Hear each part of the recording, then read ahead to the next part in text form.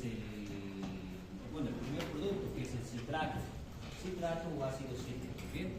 Bueno, entonces vamos a ir revisando las reacciones, pero bueno, antes mencionar específicamente dónde se lleva adelante, cuál es su conexión con la glucólisis, porque justamente con la glucólisis, oxidación del piruvato, la cadena transportadora y la fosforilación oxidativa forman parte de lo que se conoce como metabolismo energético. Y en las células todo este proceso se lleva adelante tanto en el citoplasma de la célula como en la mitocondria. Bien, entonces ustedes tienen que identificar que todo inicia con la glucólisis, ¿no? Ya me imagino que lo han revisado los pasados días. Entonces la glucólisis se lleva adelante exclusivamente en el citoplasma.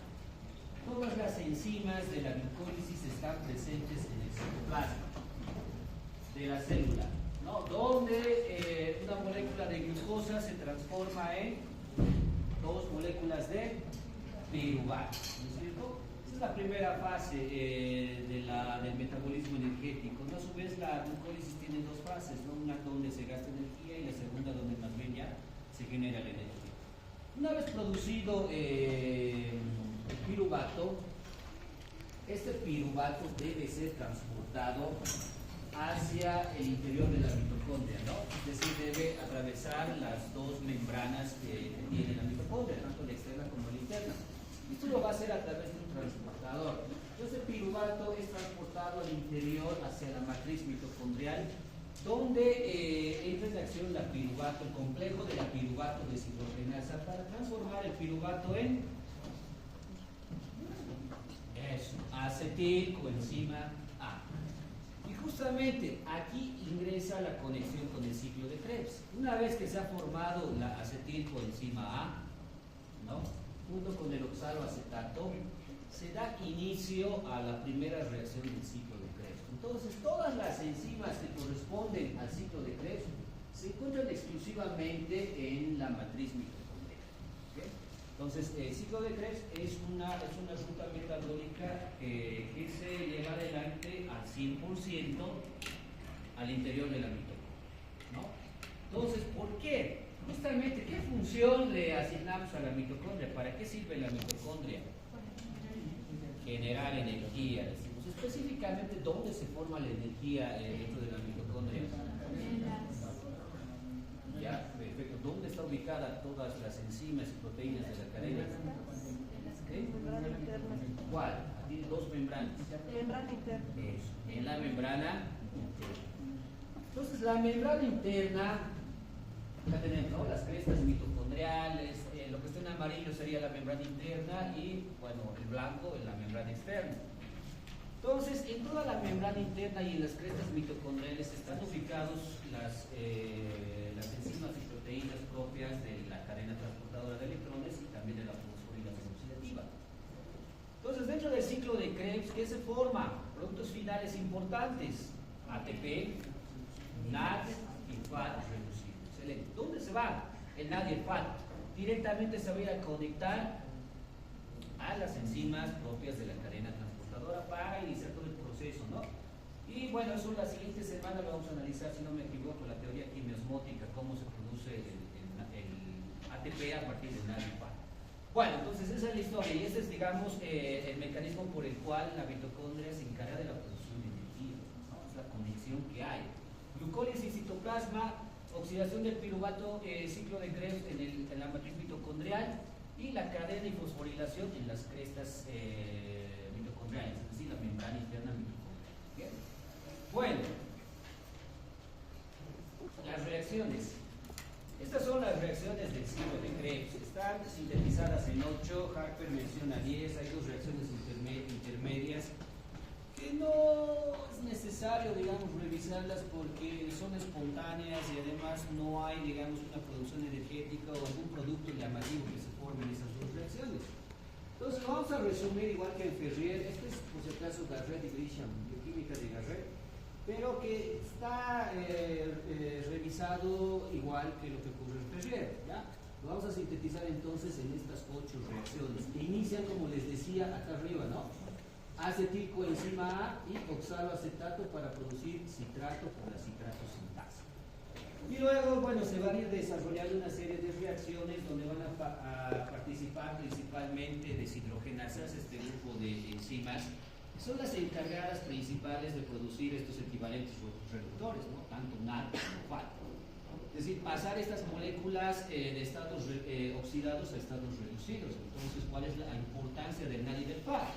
Su transporte hacia la cadena, ¿cierto? Para producir más ATP. En otras palabras, al NAD y al FAT también los podemos considerar como moléculas energéticas indirectas, ¿no? Indirectas, porque requieren hacer un pasaje previo antes de producir ATP directamente.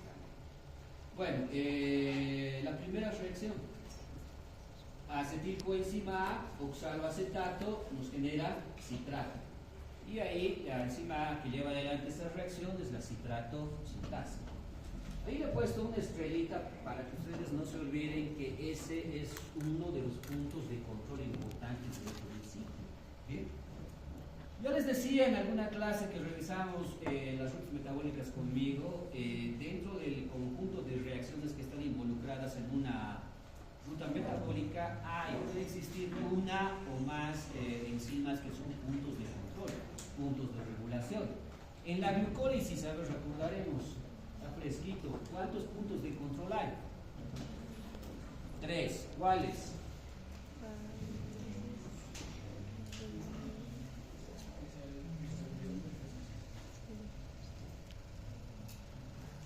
¿Cuáles son?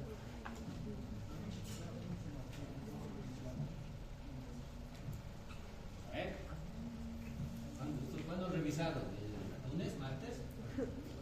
¿Ayer? Ayer y se han olvidado. 3 puntos de control. En el ciclo de Krebs también hay 3 puntos de control. A ver, glucólisis, recordaremos la primera reacción también. ¿Cuál es? ¿Qué enzima participa? Exocinasa o exoquinasa. Luego, la fosfofructoquinasa. Y la última se lleva adelante en la segunda fase, la última reacción, o la penúltima, la piruvatoquinasa. Son 3 puntos de control entonces en la glucólisis.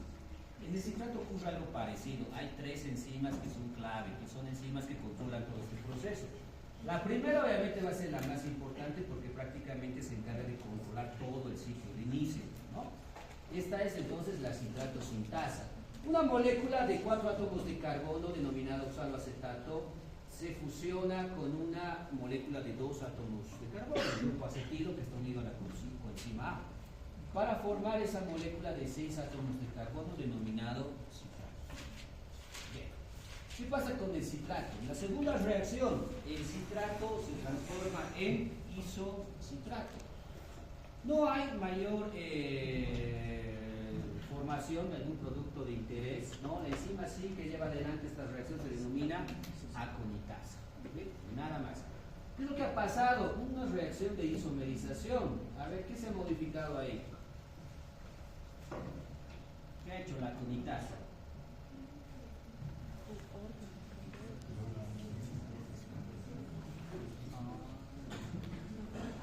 ¿Ha ocurrido algo? Nada. ¿Movimiento de qué grupo? Grupo hidroxilo, ¿no? Que en el citrato está en la posición 3, ha pasado ahora a la posición 2, ¿no? De 3 a 2, nada más. Pero ese cambio de posición es importante, como van a ir viendo en las siguientes reacciones. Entonces, la reacción 3, el isocitrato se transforma en alfa-cetoglutarato. Aquí sí vamos a resaltar esta reacción 3. La enzima que participa es justamente una deshidrogenasa, la isocitrato deshidrogenasa. Ya les decía, las deshidrogenasas son muy importantes porque justamente tienen como cofactores al NAD, el NAD oxidado. Es una deshidrogenasa, es capaz de reducir el NAD, y esto es importante dentro del metabolismo, ¿no? Que pase el NAD de estado oxidado a estado reducido, ya que solamente bajo su estado reducido el NAD es capaz de aceptar un par de electrones de esta reacción. ¿Y dónde va a llevar ese parcito de electrones? A la cadena. ¿Okay? Entonces lo hace, ojo, este transporte solamente se va a llevar adelante cuando el NAD está en estado reducido y se lo representa de esta manera, con dos hidrógenos, ¿no? Cada hidrógeno está aceptando un electrón en la reacción. El NAD oxidado con una reacción positiva, con una carga positiva y sin hidrógenos, ¿no? Entonces la primera producción de NAD, además de la primera liberación del dióxido de carbono. En todo el ciclo de Krebs se van a liberar ese grupo acetilo que ingresaba en la primera reacción, ¿cuántos átomos de carbono tenía? 2. Esos 2 se van a eliminar bajo la forma de dióxido de carbono.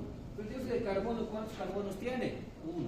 Por lo tanto, se va a eliminar otra molécula de dióxido de carbono y así se compensa la cantidad de carbonos que han iniciado este ciclo, ¿no? Bien, entonces, primera reacción importante. Siguiente, la 4, lo propio, ¿no? ¿Qué enzima está participando? También una deshidrogenasa, en este caso la alfa-acetodeshidrogenasa. ¿Qué va a hacer? Convertir el alfa-acetoglutarato en succinil o enzima A. Y lo propio, producción de otra molécula de NAD.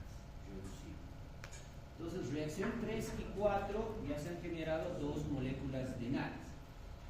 Siguiente, succinil coenzima A succinato. Enzima succinato tiosinasa. También es importante, les comento, también es una reacción energética. ¿Por qué? Acá participa una quinasa. ¿Se acuerdan de la glucólisis? ¿Cuáles eran sus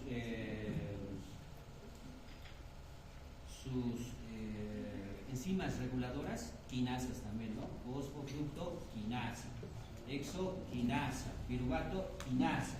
En este caso, la succinato tioquinasa, al igual que ocurre en la glucólisis, ¿no? Es una reacción, una de las pocas reacciones de todo el metabolismo celular donde se va a generar ATP a nivel sustrato. Sabemos bien que el ATP por excelencia, ¿dónde se forma? En la fosforilación oxidativa. Ese es el principal punto de formación de ATP, pero existen reacciones donde a nivel sustrato se puede generar ATP, es decir, fuera de lo que corresponde a la fosforilación oxidativa. Y en este caso tenemos algún ejemplo importante. En la glucólisis ocurre también ese proceso, si se acuerdan. Entonces acá se produce ATP, ¿no? Pues en realidad lo que se produce es GTP, pero por una reacción de interconversión, ¿no? El pasaje de un grupo fosfato del GTP al ADP se produce entonces ATP. Reacción 5, 3, 4 y 5 hasta el momento importantes. 3 y 4 forman NAD reducido y la reacción 5 ATP a nivel sustrato. Reacción 6, succinato a fumarato. También una deshidrogenasa, succinato deshidrogenasa. Está produciendo, en este caso ya no NAD, está produciendo FATs. ¿Cuál será la diferencia entre NAD y FAT? La composición estructural, me parece bien, excelente. Y en cuanto a la función, ya, eso no es tan real. Eso lo vamos a aclarar la siguiente semana. Justamente estaba revisando, ahorita me toca a mí hablar de la teoría quimiosmótica. Vamos a aclarar. Ferrier está manejando la teoría quimiosmótica antigua. Que dice, ¿no? 3 ATPs por cada molécula de NAD y 2 ATPs por cada molécula de FAT. Si revisan Harper, la historia es un tanto diferente, entonces, 2.5 ATPs por NAD y 1.5 por FAT. ¿Por qué será? Eso ya les explico la siguiente semana. Ahí entra la teoría quimiosmótica. Bien, entonces acá, bueno, nos quedamos con que se produce ¿qué? FAT reducido, notan la diferencia, ¿no? FAT oxidado, bueno, aquí le falta el signo positivo, la carga positiva, y ahí tenemos el FAT reducido con 2 moléculas, con 2 átomos de hidrógeno, cada átomo de hidrógeno transportando un electrón. 7, fumarato amalato, enzima fumarasa. Acá algo llamativo, no, una reacción de hidratación, está ingresando una molécula de agua. Siguiente, y la última, malato a oxaloacetato, la enzima malato deshidrogenasa. También se va a producir entonces un NAD reducido. ¿Okay? Como se dan cuenta, ¿qué reacciones son llamativas acá? 3, 4, 5, 6 y 8. Perfecto. Entonces, 6 reacciones de las 8 que se producen en esta ruta metabólica. ahí la importancia del ciclo de Krebs. En realidad el ciclo de Krebs, debido a estas características de, bueno, donde se van a generar gran cantidad de sustratos o metabolitos intermediarios, no se clasifica ni como ruta anabólica ni como ruta catabólica, sino se clasifica como una ruta anfibólica. ¿Bien? ¿Esto qué quiere decir? Que el ciclo de Krebs es uno de los pocos ejemplos de rutas metabólicas que permiten más bien la interconexión. Actúa como un puente entre el anabolismo y el catabolismo.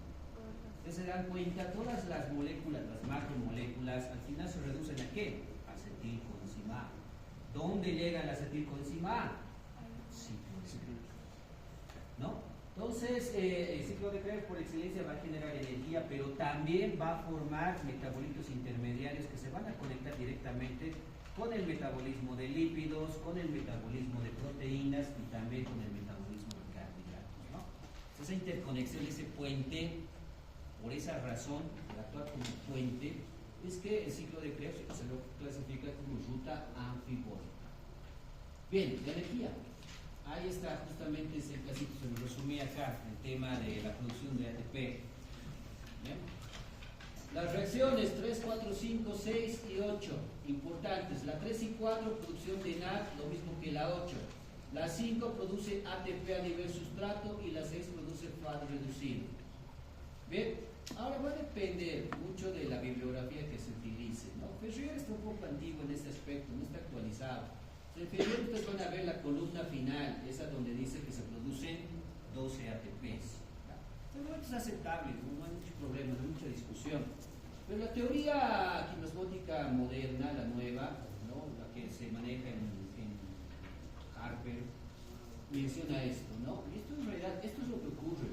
Ya, y eso ya se ha demostrado y eso, bueno, les voy a explicar con mayor detalle el siguiente viernes. Entonces, cualquiera, familiarícense con ambos, mucho va a depender también, ¿no? Del docente con el que les toque, o se cerrará con 12 o se cerrará con 10 o bueno, aceptar ambos. Ambos hasta el momento tienen buen, digamos, aval teórico. El antiguo sigue siendo aceptado, por eso que muchos libros, ¿no? Manejan este dato, los recientes manejan este otro dato, pero conozcan ambos, ¿no? Y el por qué lo vamos a entender la siguiente semana. Bien, regulación del ciclo de Krebs, y con esto terminamos muy rápido, ¿no? Bien, ya les decía, hay tres, hace rato me olvidé mencionar, solo había mencionado uno, que era la citrato.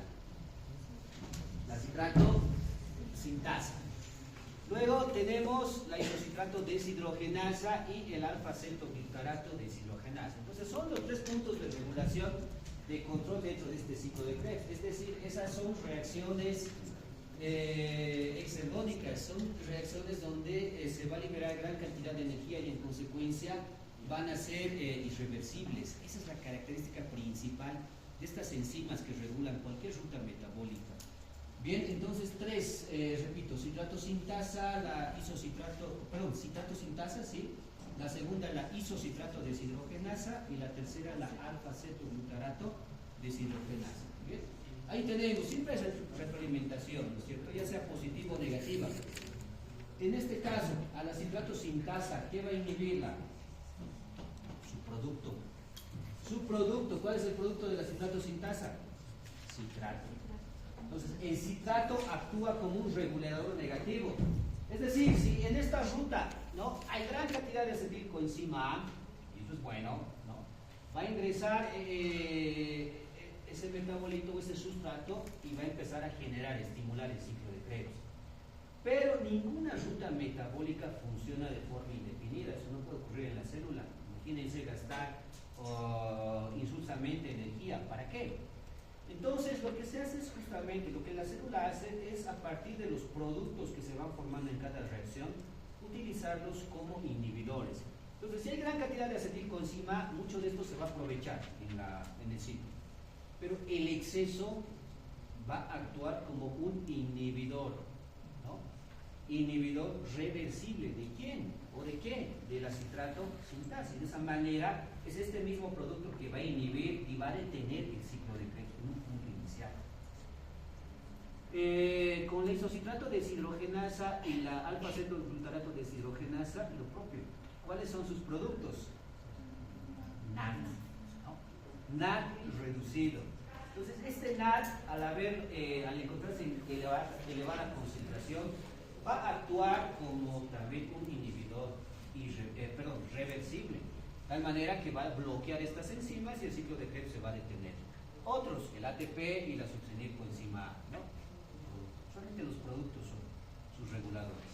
Estimuladores, tenemos el calcio para ambos casos y una concentración elevada de ATP. Y bueno, y de esa manera entonces el ciclo de Krebs se controla, se regula. Y bueno, en realidad esto aplica para todas las rutas metabólicas. Cualquier ruta metabólica siempre tiene un sistema de retroalimentación, ya sea positiva, de estímulo, o ya sea negativa, de adquisición. Y es que las enzimas no deben estar actuando constantemente. Muchas de las enzimas gastan energía, requieren energía. Imaginen esa demanda energética para el ser humano. Si esto no tuviera control, tendríamos que estar comiendo esta cantidad de carbohidratos para satisfacer esa demanda energética. Diariamente, una persona promedio, ¿qué cantidad de carbohidratos debe consumir?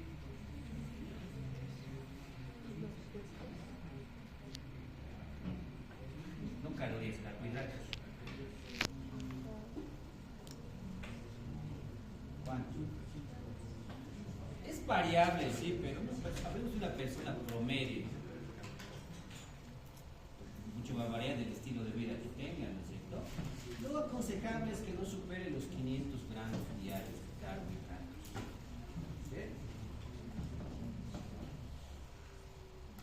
Si superara, ¿dónde sería la mayor cantidad de la acetilcoenzima A que se va a producir como producto final? ¿A dónde? A la lipogénesis. ¿Producción de qué? Ácidos grasos y triglicéridos. Ahí la relación, entonces, en algún momento lo analizamos también conmigo, la